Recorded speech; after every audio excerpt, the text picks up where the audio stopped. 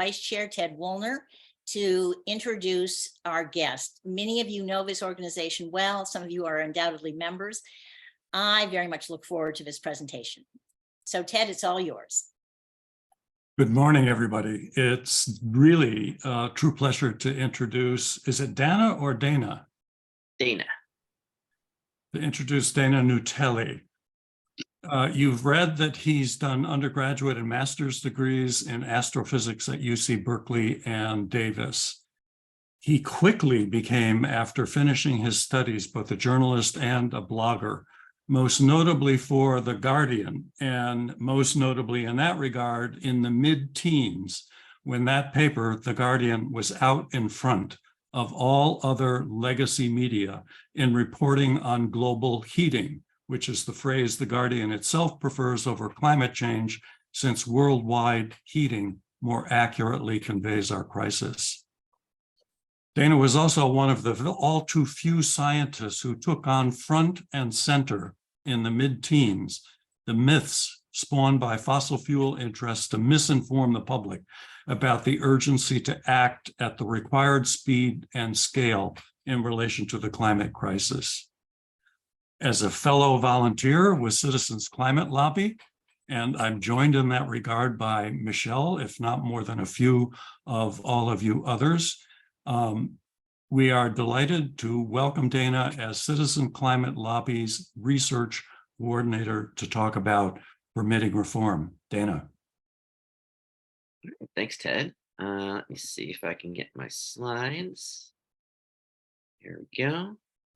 Okay. So, good morning, everybody. Going to be talking about permitting reform today, a little bit of basics, and then what's going on in Congress right now.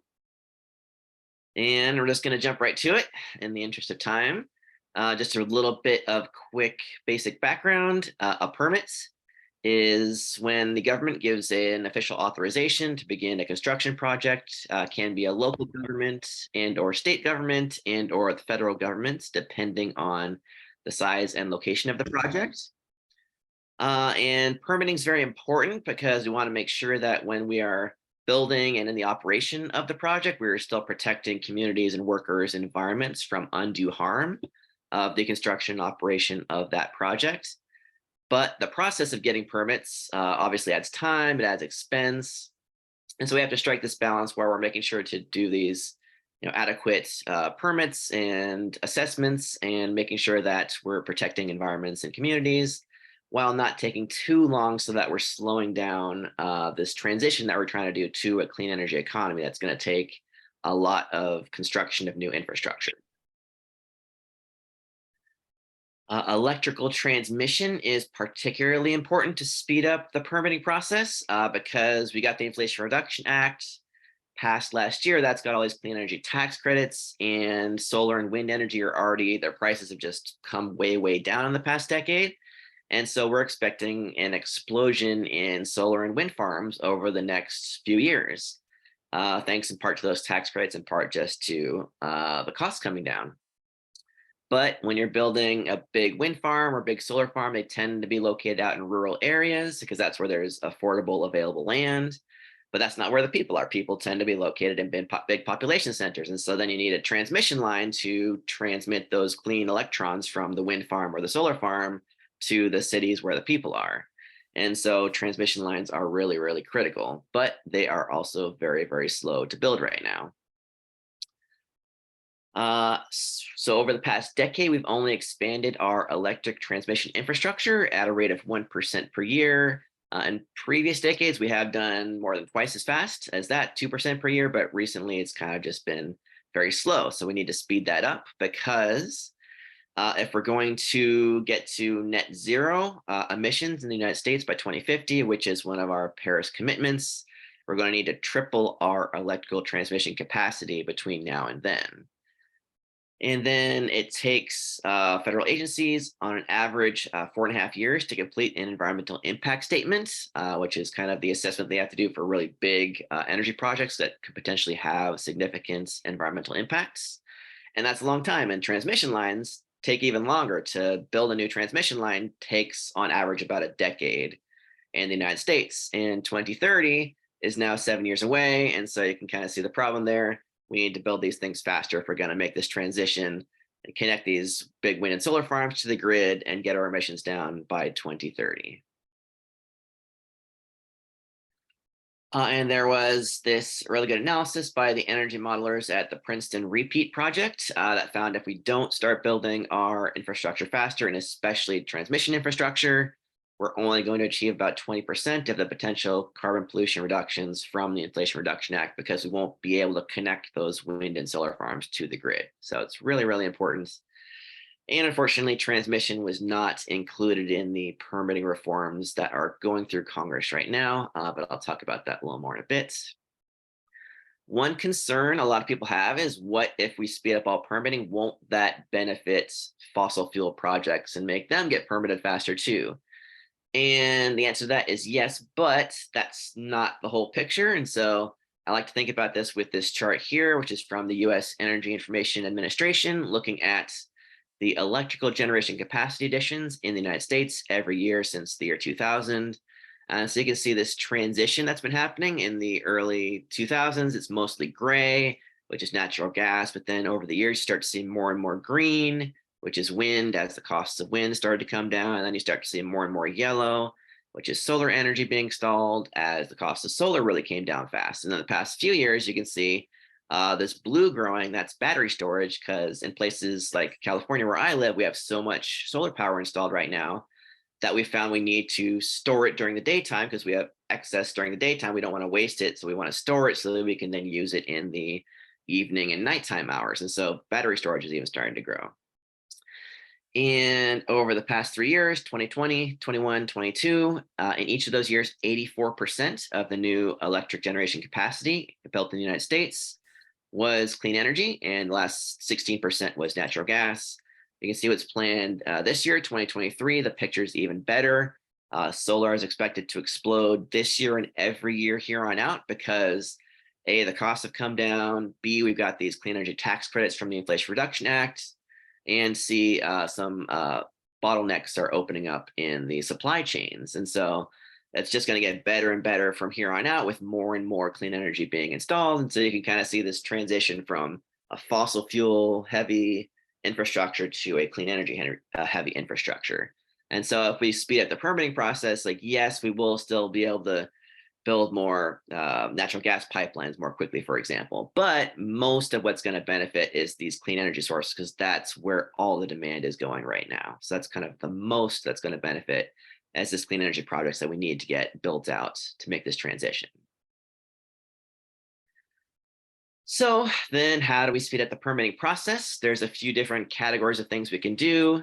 We've already done some things in the bipartisan infrastructure bill that passed about 1.5 years ago. In the Inflation Reduction Act, they had some small legal changes and some funding for federal agencies to do environmental reviews more quickly.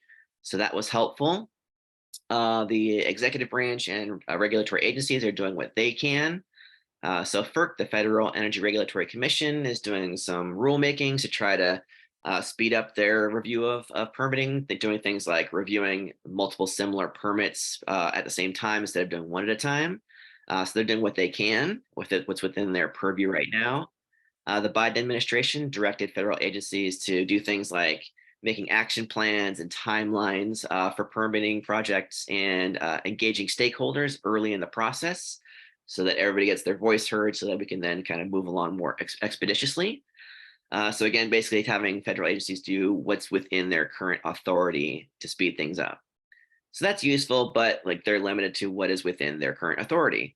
And so then what we can do is have Congress give them more authority, for example, or do other federal law changes that will help speed up the permitting process. And so that's the permitting reform process that we're trying to make happen in Congress, that is partially happening right now in the debt ceiling negotiations, or I guess the negotiations are over now.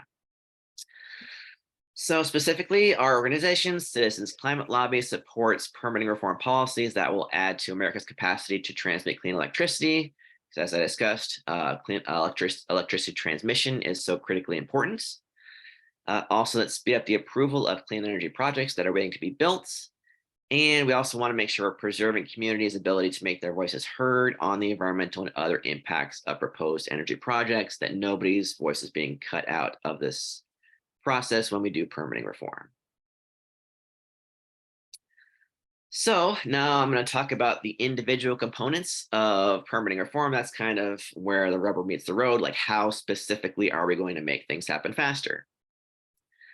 So in order to speed up those transmission line construction projects, one key thing to do would be to give that Federal Energy Regulatory Commission, FERC, authority over interstate transmission line permitting and also cost allocation. Because one thing that slows down these big interstate transmission lines is that the project developer has to get the permit in every single state that the transmission line goes through. And that can be a very slow process because you're getting lots of different permits and the permitting process in each state is different. And so it really slows things down. On the other hand, for interstate natural gas pipelines, FERC is just the only entity that's in charge. FERC does all the permitting. So you just have to go to FERC. It's a one-stop shop. And so the idea is let's have FERC do the same thing for interstate transmission lines as they do for interstate gas pipelines, or at least for really big, important ones. And then cost allocation, because when you're building a big new transmission line, there's always a fight over who's going to pay for how much of it. And those fights can really, really slow things down because nobody wants to pay for the thing. And so a simple solution there is to have FERC allocate the cost proportional to how much everybody benefits from the transmission line. So if you're just in a straight where the transmission line is going through and you're not on either end, you're not benefiting from it, then you don't have to pay for it. If you're on the receiving end where you're receiving all those clean electrons, then you have to pay for a lot of it. So you just kind of do that automatically based on proportional allocation. So those are things. So on these slides, a blue check mark means it's something that progressives have proposed. Purple check marks means that centrists have proposed it, and a red check mark will indicate that conservatives have proposed it. So that's something that progressives and centrists have proposed. Then there are measures to make federal regulatory agencies more efficient and more transparent as they're working on these permitting projects. So one thing that often happens is for a big permitting project, you'll have multiple different federal agencies working on it. And so that can slow things down because they're all working at their own pace, they're doing their own thing. And so one simple solution there is to designate a lead agency that's like the main one in charge, and then the other agencies just kind of provide input for that agency. You can also set timelines and say you should have this project done by this amount of time, and ideally add some transparency. And for example, do like an online website where you can track where in the permitting process a project is. And then another smart thing to do, because sometimes agencies disagree on something, is to just establish a procedure to resolve those disputes, like saying you have to get within 30 days, get together in a meeting, figure out a resolution, 30 days later, submit that resolution, get the issue resolved. So those are things that have bipartisan support. Everybody tends to like them. Everybody likes helping regulatory agencies be more efficient and transparent. Those top two items, designating a lead agency and setting timelines and transparency, doing an online permitting portal, are things that have been included in the permitting reform bill or permitting reform items in the debt ceiling bill that's in the process of going through Congress right now. So those will actually become law. Then there is this program called Fast 41, which was started during the Obama administration, which is basically like this interagency council where relatively high-level staffers in each federal agency that works on permitting, if there is a project that's sufficiently important, so it has to meet a certain threshold of having like $200 million in investment costs, they can apply for this Fast 41 process. And then if the council accepts their project, then these relatively high level staffers in each agency will work on it. And that makes it more expeditious because they got these important people working on it. They also have an online permitting portal of their own. And so it's kind of a good program that already exists that does a lot of things we're trying to do. And so the idea is let's use Fast 41 for more stuff. And so that's been proposed by centrists and conservatives, and it also was included to some degree in the debt ceiling deal, which is now they're basically going to add energy storage projects to Fast 41 because energy storage projects weren't previously included in there. So now, for example, like big battery projects will be able to apply for FAST-41 reviews. Some other things you can do are try to get these approvals happening faster by, for example, having a federal agency look at a big map of the country and environmental sensitive areas and designate like which areas have relatively low environmental sensitivity and say like, oh, this area, like there's not very many like endangered species or anything like that. And so that would be a good place to put a big solar farm or a big transmission line. And then those areas then get expedited reviews because the federal agencies have already determined that they are low environmental impact areas. So that would be a smart thing to do. Another thing we could do is in the permitting process, consider all the benefits of a project. So for example, if you think we're going to build a big transmission line, you say, okay, well, that's going to allow more wind farms and solar farms to be built and connected to the grid. It's going to make the grid more stable. And so that's going to have the benefits of reducing air pollution, reducing climate pollution, improving national security because we're going to have a more stable grid. It's got all these benefits. And so if you consider all the benefits of the project, you're more likely to approve it. And so that's another thing we can do. Very important, as I mentioned, early community involvements. One thing that happens is sometimes communities don't have the resources to like be aware of and provide input on a permitting project. And then later on, they disagree with the conclusion. They say this is going to adversely impact our community, so we're going to bring a lawsuit. And then lawsuits take a really long time. They can really extend project timelines. And so early community involvement is not only important to make sure everybody's voice is heard, but it also helps to avoid these lawsuits and thus streamline the entire timeline, because by avoiding lawsuits, you're avoiding these really long extensions. So expediting approvals is proposed by progressives and centrists, and so is early community involvement. It's not something that conservatives are particularly interested in, but I don't think it's not anything that they would necessarily oppose. But it's not something that's been introduced into, it wasn't introduced in the debt ceiling bill. So it's something that if we do a future permitting reform package, that those items could be included in there. And then just a few more items, and then I'll stop and take questions if you guys have any. I mentioned setting fixed timelines. So like there's been some proposals, let's just set goals, like you have the regulatory agency, well, we're going to try to get these permits done by X date, or you can set like fixed timelines. And that's what we did in the, that's what was done in the debt ceiling deal, is set fixed timelines. And so I mentioned environmental impact assessments on average take 4.5 years.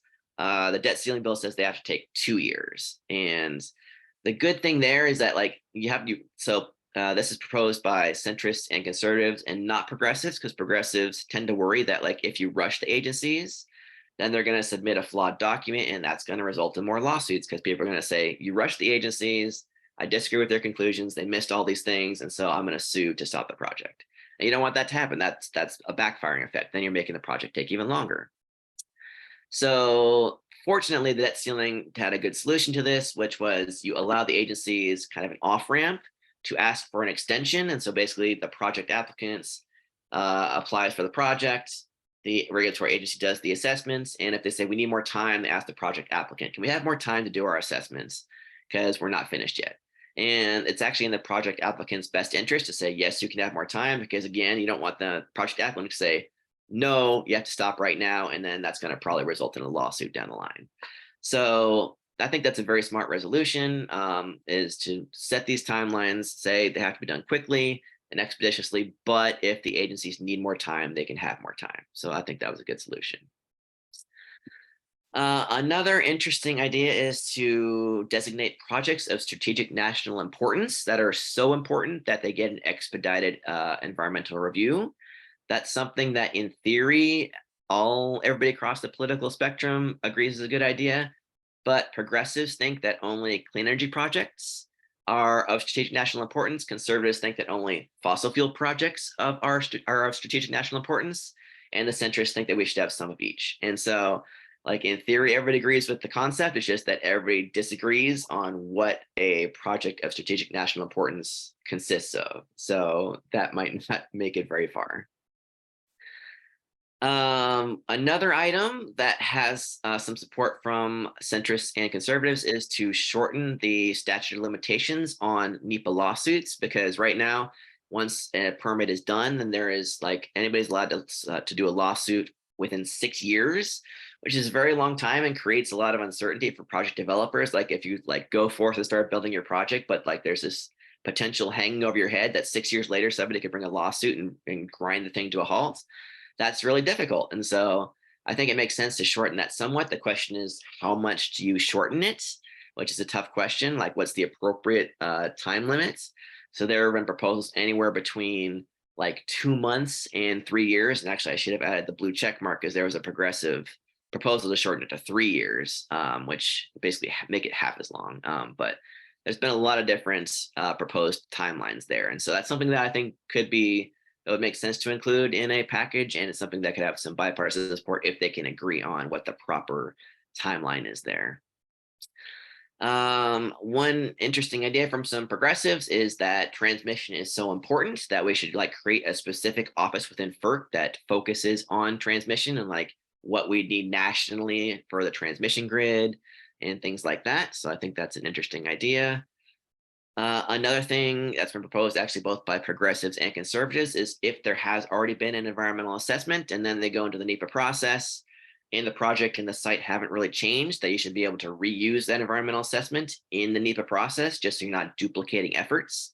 So I think that's something that makes sense as long as like the previous environmental assessment is still applicable because the site and the project haven't changed. So that's a good idea. And then another really, I think, useful proposal is to reduce the barriers to geothermal projects because right now geothermal projects are very, very slow to get permitting. And a lot of what's involved is just drilling and doing exploratory drilling. And because the oil and gas industry is so powerful, like a long time ago, they got exclusions from permitting for exploratory drilling for oil and gas projects. And so like some people have proposed, let's just give those same exclusions that we already have for oil and gas to geothermal, because geothermal drilling has less environmental impact than oil and gas drilling. And so why not just provide those same exclusions so that we can get geothermal projects done much more expeditiously, because geothermal has a lot of potential. Like it provides 24/7 power and it's just sitting there right under our feet and we should be taking advantage of it if we can. And conservatives also proposed to do regular federal lease sales specifically for geothermal projects, which is something we already do for oil and gas projects. So I think that's an interesting idea. So again, like most of this stuff was not included in the debt ceiling and could potentially be in a future like comprehensive permitting reform deal if we can still get one done. That's kind of the question is like, will everybody be satisfied with what's in the debt ceiling, or can we get like a second, more comprehensive package later this year? And that's something we're going to be working on the rest of this year. So I'll stop there. Here's my information at Citizens Climate Lobby.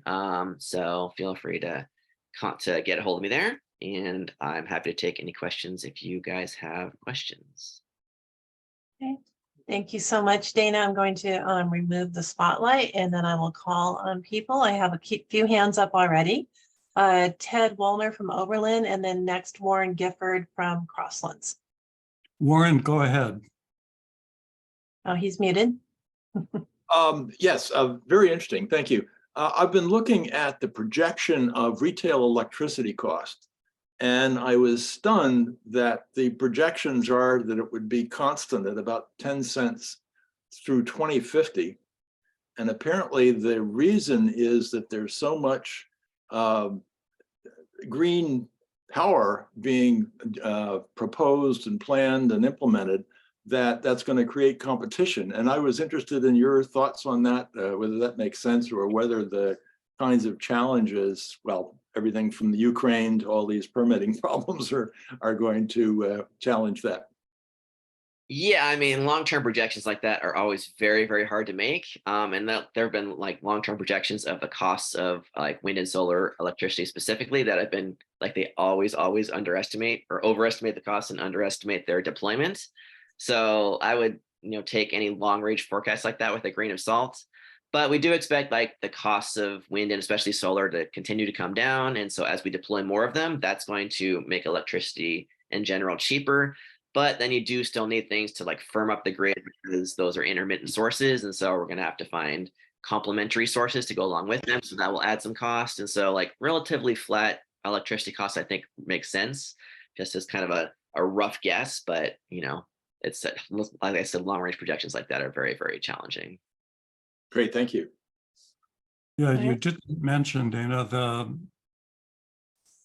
a possible stumbling block in the fact that in the rural, very isolated areas that are best for both solar and wind, a huge percentage of those areas fall within the boundaries of native nations. And those lands and territories are imbued not just with spiritual values, but spiritual presences.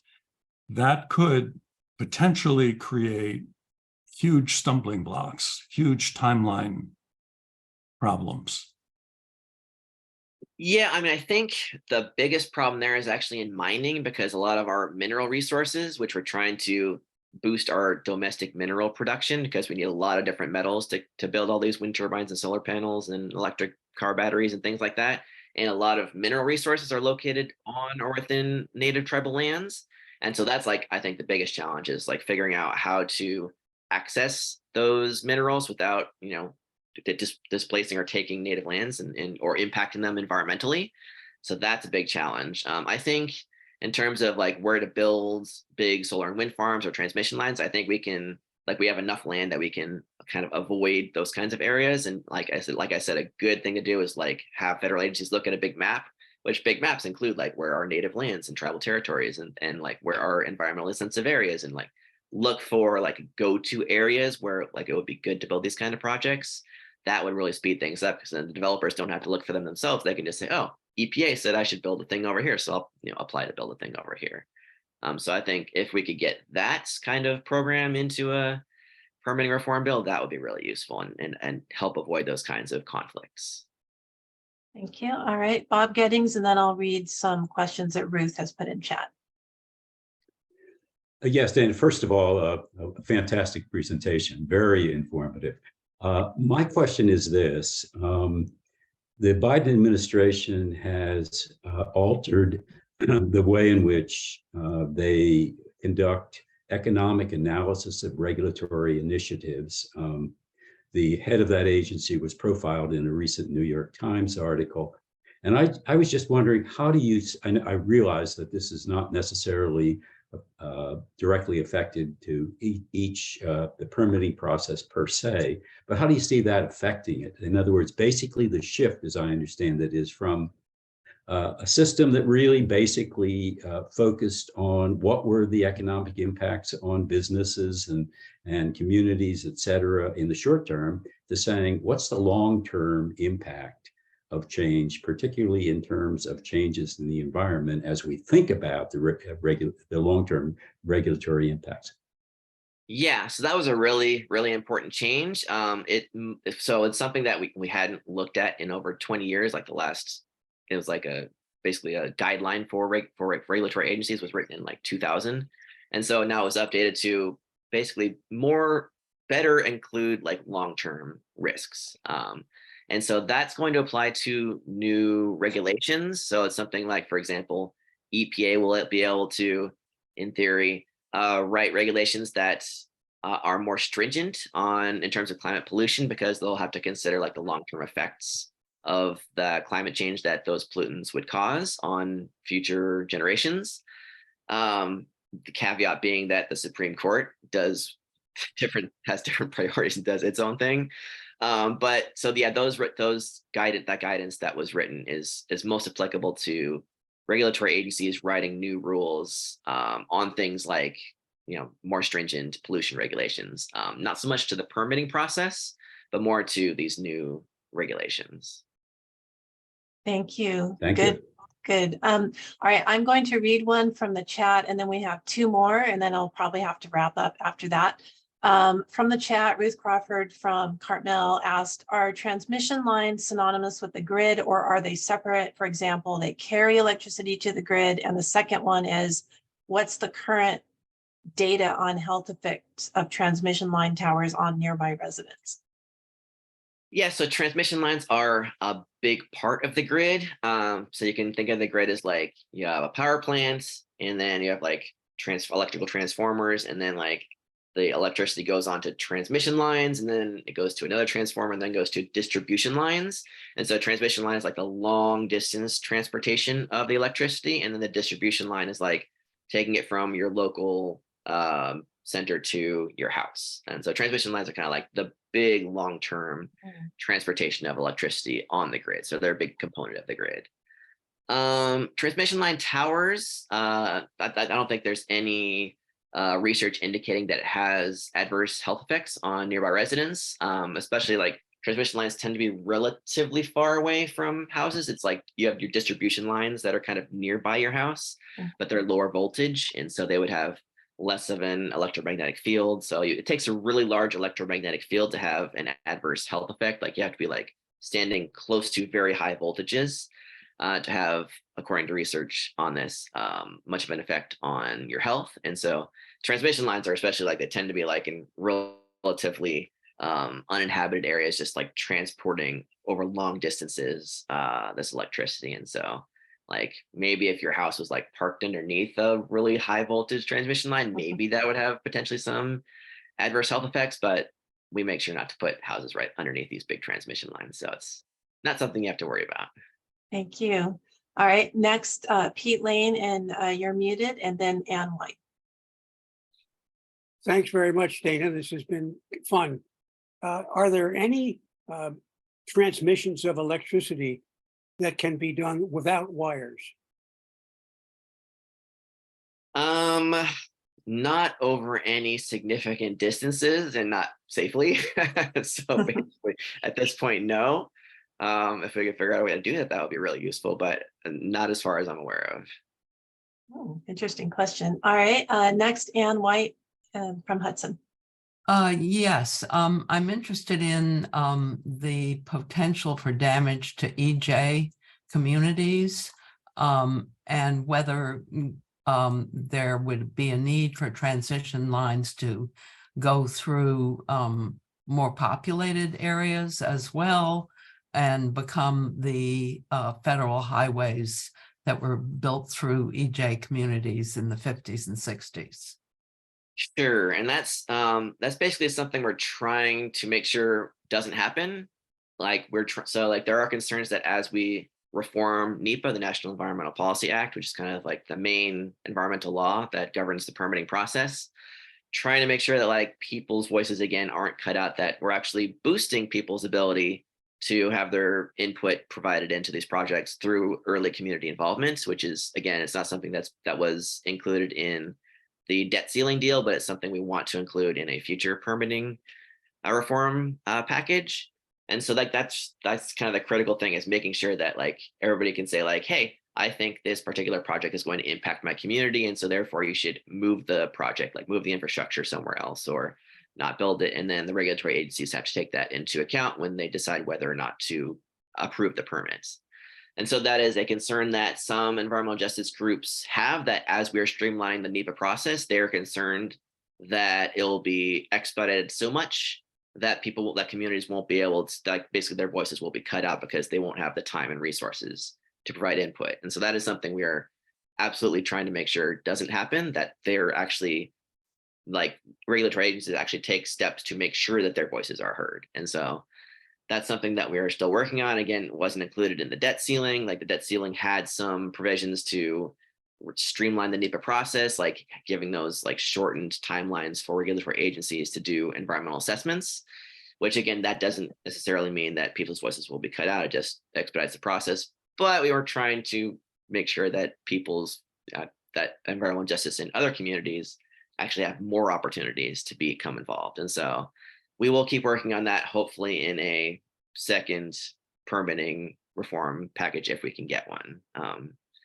But yes, that has been a problem throughout our history, is people's voices not being taken into consideration in their, local impacts not being taken into consideration. And that's something we're trying to remedy and make easier to happen. Oh, okay. Well, I think we're going to have to wrap up. Mary, do you think we have time for one more from Dorothy? Okay, Dorothy, one more, and you're muted.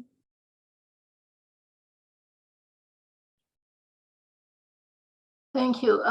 In one of your very early graphs, you showed the wonderful increase in percentage of energy that is contributed by clean energy and the decreasing dependence on fossil fuel.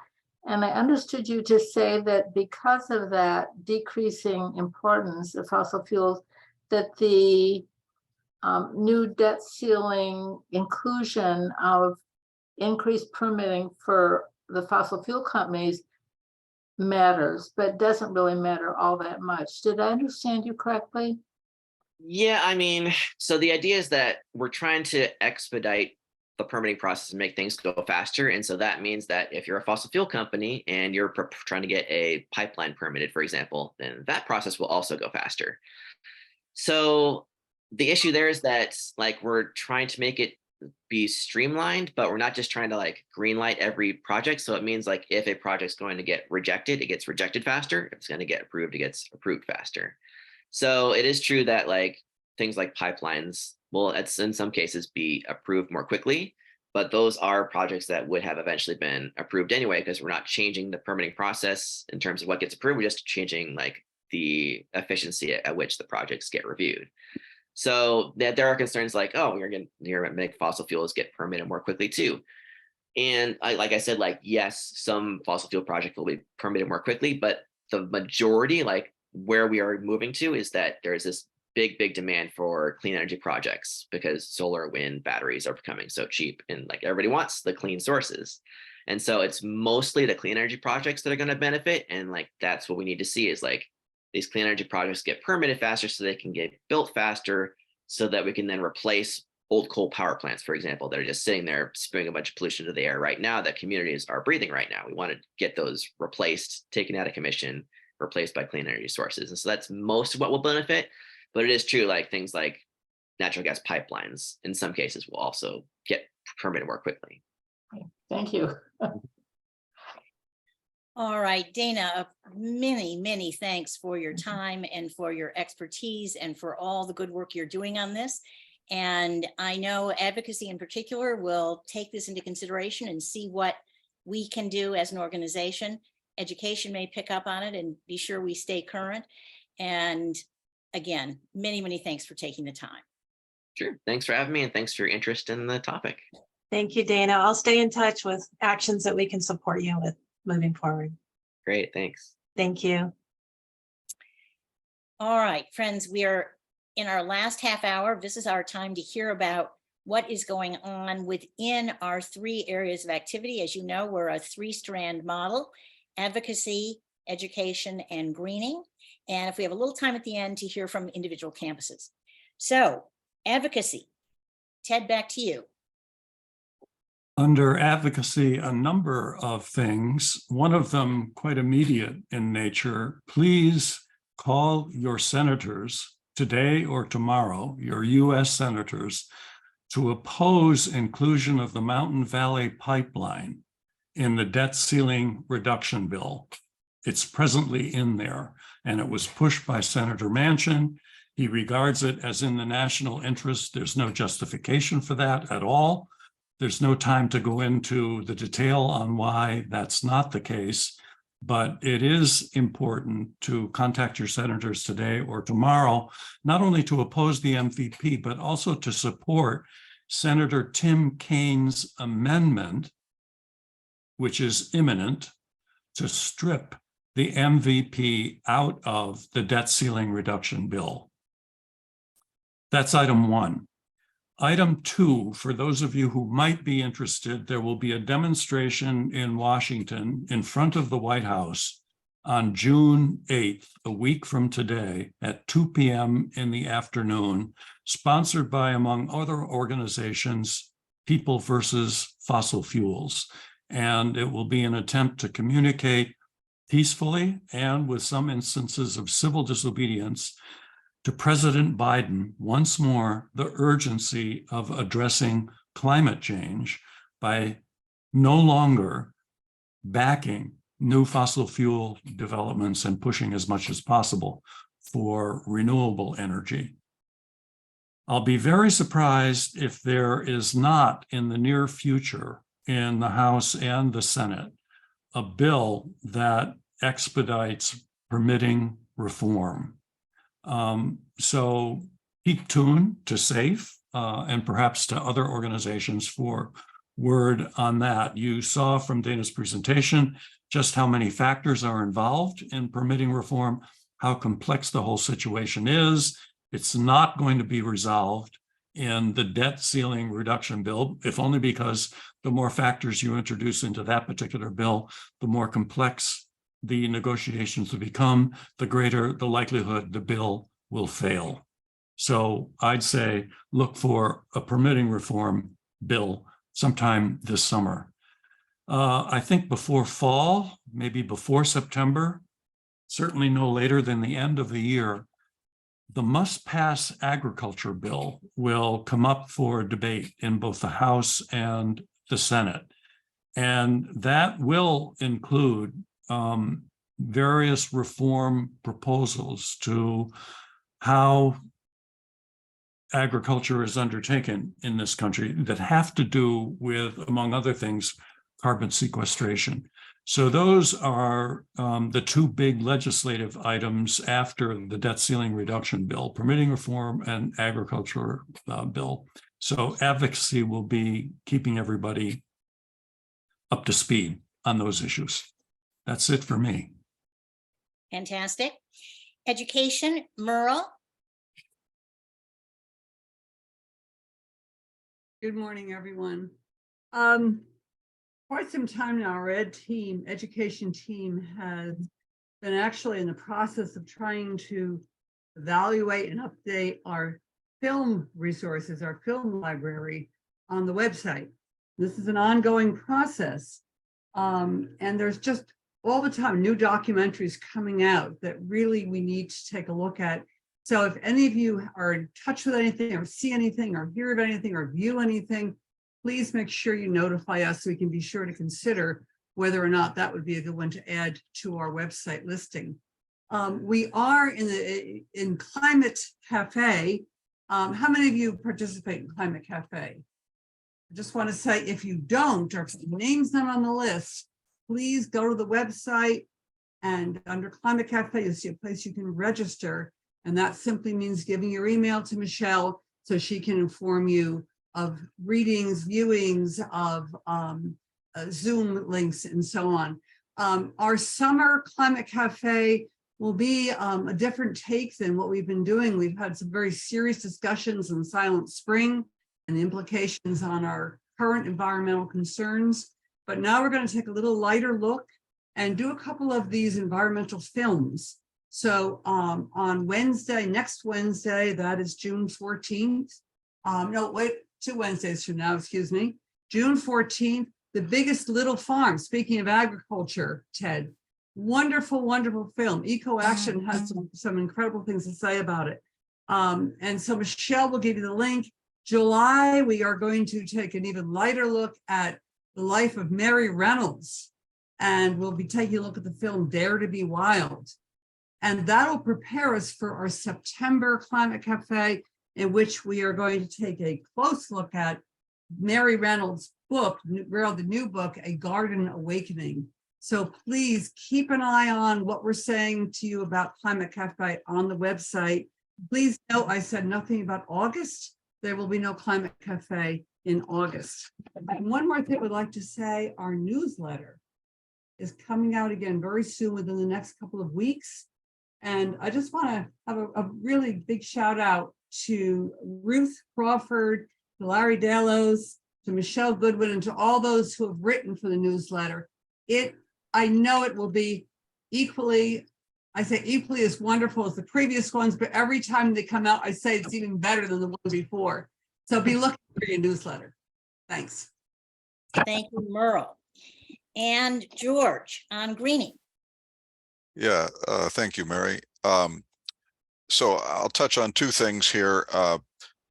One is that the SAFE website has been redesigned, and I'm going to show you the opening page here.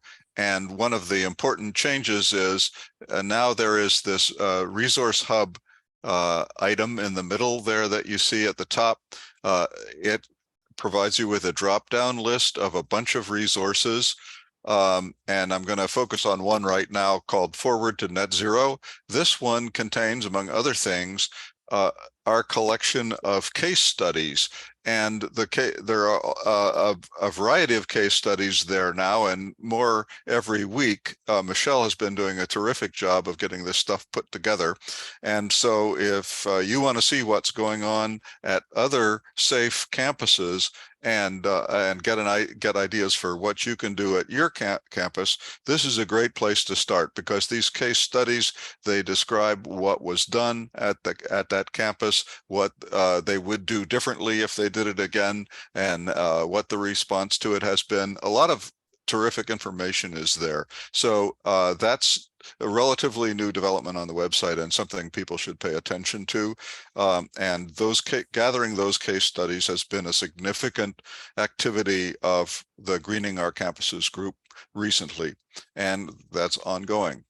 The other thing I want to mention is the working group that's working on cottage and apartment turnovers.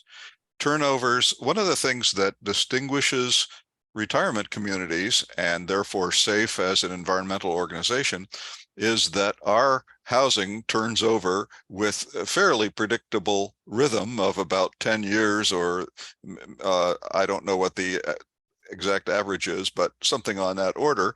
And major changes get made and major upgrades get made every time something turns over. On most of our campuses, none of those are efficiency related, but it's a terrific lost opportunity.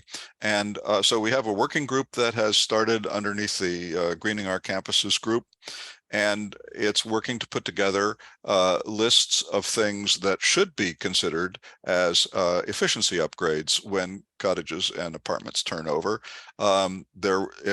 It's taking up the same approach as our energy audit team took, namely putting together a comprehensive list, which not all of which will apply at every campus, but you would be able to pick and choose the ones that you hope your campus would work on, and then present it to your facilities department, your administration, and say, shouldn't we be doing these things? So that's in a preliminary stage now. We've assembled a huge list, and now we're trying to organize that and put it into a form that campuses can use. And that's it from here. Fantastic. Oh, it's so good to hear about these projects. And as all of you know, these teams always could use people. Some still don't have a representative from every community. So if you heard something that sounded fun to be involved with, let Michelle know, and she will have you on the list for their meetings, which are monthly. And there'll be an assignment waiting as you learn. All right. My favorite part from the campuses, and I'm going to just run down. There may not be someone from every campus, so let me just take a quick shout out. Anybody here from the Admiral? Hand up if so. From Collington? Michelle, tell me if you don't see a hand. If I miss a hand, excuse me, is what I'm trying to say. I do not see, anyone. Those two, perfect. Cartmel, Coniston, and Crosslands. Ben, do you Merle want has, to talk about, and Pete, oh, I see a whole ton of people. Ben, do you want to talk about what's going on as the board member from that community set of communities? Ben James, you need to unmute. Thank you. The most exciting thing is that we are getting new residents who are excited about doing things to help our general fight against climate warming. So we are infusion of energy and insight in some of our traditional projects. Ben, have you conquered plastics? No. No. Who all is working on plastics right now on your campus, trying to get rid of? I have to tell you, I always have all of these meal chits left at the end of the month because I travel so much. And it just pains me to go down and see plastic cups for sodas and plastic containers for desserts and plastic everywhere. I know they were able at the Admiral to get rid of plastic bottles. There is no longer anything offered for sale in a plastic bottle. Their next thing was to approach the food they package, like a salad in a plastic bowl. If any of you are focused on plastics, would you just let Michelle know? Because I think we may pull together a little cross-campus group to meet over the summer and just share tactics and strategies. I know our particular head of dining was not too influenced by environmental concerns, but quite influenced by health concerns. I don't know how many of you saw the article in the Times on the plastic in all of our bodies, let alone our animals. But just let Michelle know if you're working on plastics. Okay, next in the alphabet, Ithaca. Is there anybody from Ithaca, Michelle? I do not see anyone. We do have two people, Douglas's iPad and iPhone 93. That would be nice if we knew who they were. If they Yes, could. to the two of you, if you at least will reveal yourselves to Michelle, that would be wonderful. Mhm. Best of all, a name and a face. All right, then we'll go on to Hanover. I got a report from Hanover. Did anybody, Michelle, do you want to just read it, or is Marianne Cadwallader here, Nancy Miles here? Let me see if I can, this was Delaney wrote to us this morning, and she said that it was about landscaping issues, and that they are SSAFE greening committee members are helping the landscaping committee to keep things looking good while trying to bring about greening changes. The campus has been divided into areas, and each member of the committee is responsible for making sure that area is looking good and adhering to green guidelines. We worked on no mow May, partially mowing and partially leaving grass alone. There have been several controversies about ticks, plantings, and marketing, but mostly we got through it. Jed Williamson has been heading up a committee to work with our facilities director and to find a landscaping company that will oversee our work and be conscious of our greening initiatives. Everyone is trying hard to cooperate. Yes, a very good and short report. Nancy, do you want to add anything since you're so close to that effort? Scott has his hand up as well. Oh, Scott too. Nancy, you need to unmute. Yes, she did. Good. I think Marianne's or Delaney's report already mentioned the NOMO May effort, and clearly this was an experiment for this year and reevaluating it for next year. I think what was most difficult was to try to establish a policy for a whole campus and say we're going to try NOMO May when each area had very different challenges and needs. And so clearly there was, and sometimes requests to not mow an area got mowed and mowed down all the violets or what have you. And so it's a ongoing process to communicate with facilities or with a landscaper or whatnot for next year. You know, let me ask the exact same question. Which of your campuses have conquered or are working on either changing out the equipment? Ours is terribly noisy and terribly fuel inefficient. I mean, it's just everything bad. Or moving to no mow areas months. Just a quick show of hands of whether your campus is working on that now. Oberlin, Hudson, Longwood. Okay, I'm also going to try Lexington.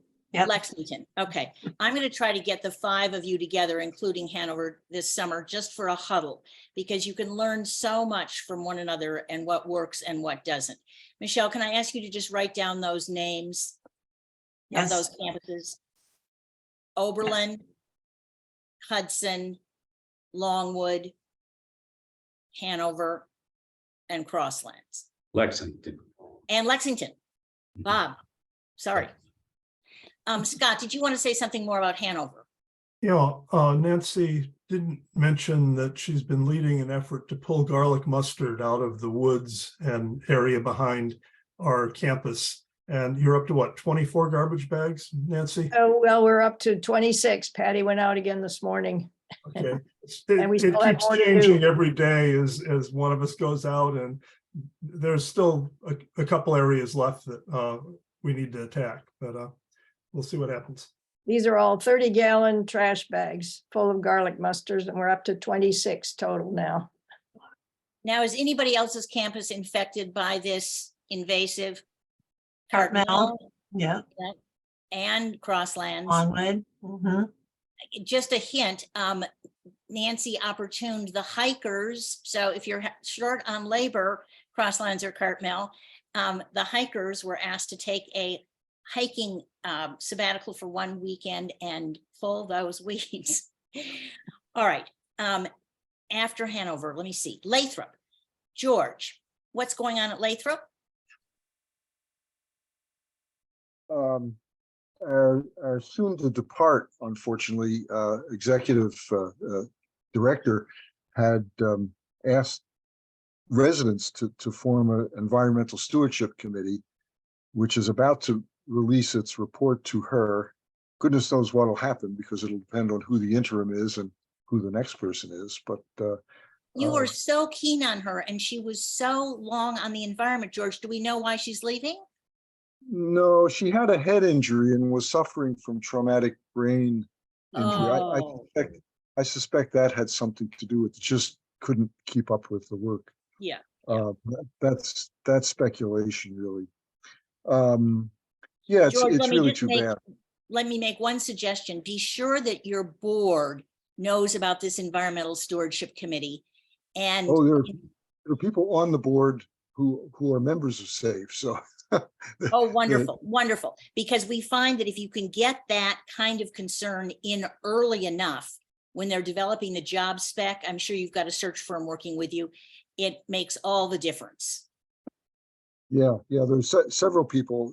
We have, I think, 3 or 4 members of the board are residents, and several of them are members of SAFE to begin with. So it's good. Yeah. Excellent. I just want to say that the SAFE case studies have been very helpful in terms of shaping some of the recommendations that we made. So especially the NOMO stuff from Oberlin has been very helpful.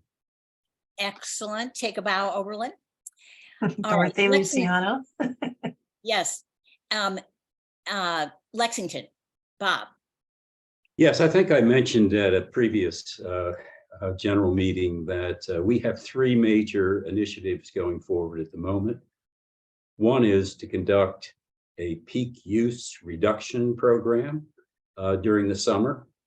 We've announced the membership, and we're in the process of organizing all of the component pieces of that so that we're ready to go during the summer months. The second is an agreement we've reached with the facilities department, where we will distribute free LED replacement bulbs. And so we have developed our responsibility as the sustainability committee is to organize home visits. So we've stolen Ben's notion of a little demonstrator item, and that's been fabricated, and we got that underway. We still have others to complete. So we know that we're going to be replacing a lot of LED bulbs coming up very, very shortly. And the final thing is a program thing we've started here, which is a monthly column in our monthly newsletter, Connections, where we're focusing on what we call conservation tips. These are very simple, straightforward advice on how you can save electricity and gas and water in your cottage or apartment simply by following some common sense strategies. So that it started with our June issue of Connections. Actually, our May issue of Connections. It's continued in June, and it will go on for the future months. I just want to give a shout out to the fact. Now, notice what we're talking about us doing. All of them we've stolen from other Kendall campuses. And those of you that are new, please listen to that, because Ben was the first one to conquer well, no, I think it was Longwood, but never mind, Longwood and Crosslands. And in case you're wondering what they're referring to, Ben himself is in his woodworking mode for 2 hours every morning and designed a board that enables those of you who have not sold the LED concept on your local campuses to show a potential user exactly what the wattage looks like and what the light looks like. You know, many people formed a very negative opinion of these at the beginning when they were not nearly as refined as they are today. So just a shout out to Bob for mentioning the others and to all of you who've made this possible. And thanks to Ben, who was good enough to share the plan for designing something like that. We have our own Ben on campus, Beryl Fisher, who fabricated one of his own making along those lines. But I just want to say that that's important. I also want to indicate that what we're doing is, in a lot of ways, these initiatives are really about raising consciousness about conservation, to develop a culture of conservation on campus. And these are just steps in that direction. Finally, I just wanted to mention quickly that, and I've said this in previous ones, we yesterday had the second in a 3-part lecture series in what we call Kendall College on the efforts of Washington and Lee University, which is located about a mile from here, on to combat climate change. And I think the first 2 lectures have been just fantastic. First of all, they said what we've been saying all along here of you got to start by conserving the use of electricity. That means having more energy efficient buildings. But they've moved on to maintaining a number of solar installations on campus. And now they've entered into a power purchase agreement, which allows them to become absolutely energy fossil fuel free in all of their electric on campus for the next 20 years. So that's an interesting development. Anybody wants the details on that, I can share it with them. Yes. I can add one more. Am I there? One more thing from Lexington in terms of the grass mowing. We are making good progress, I think, in reducing the area of the more open field things, mowing, trying to just leave them fallow for at least most of the summer. So that's happening through a different committee really than the sustainability committee, but that's it. It's happening. All right. And we'll do our other campuses when we next meet. We pride ourselves in our meetings running just as advertised. So 12:15 is the end. Michelle, did you see that Dorothy wanted Bob to send her something great? Okay. Yes. Now, for all of you for whom this went by too fast, Michelle stands ready to make connections between the people who know and the people who want to know. And please be in touch as you need to with her or with anyone who's on the call. We will look forward to seeing you in June. You know what we're doing because it's all at the bottom half of your agenda. So have Mary, we didn't hear, I hesitate to extend this, but we didn't hear from Anne on what's going on at Hudson. And it's a great opportunity if people are willing to stay a few minutes and hear what Anne has to say. You know, Anne, I'm going to wait till next time, just so you've got the whole crew. We've already lost 15. But George, thank you for raising it up and be ready for a wonderful report in July. Please come back. back. All right, everybody. To be continued. Thank you. Thanks. See you soon, everyone. Thank you. Bye. Bye-bye.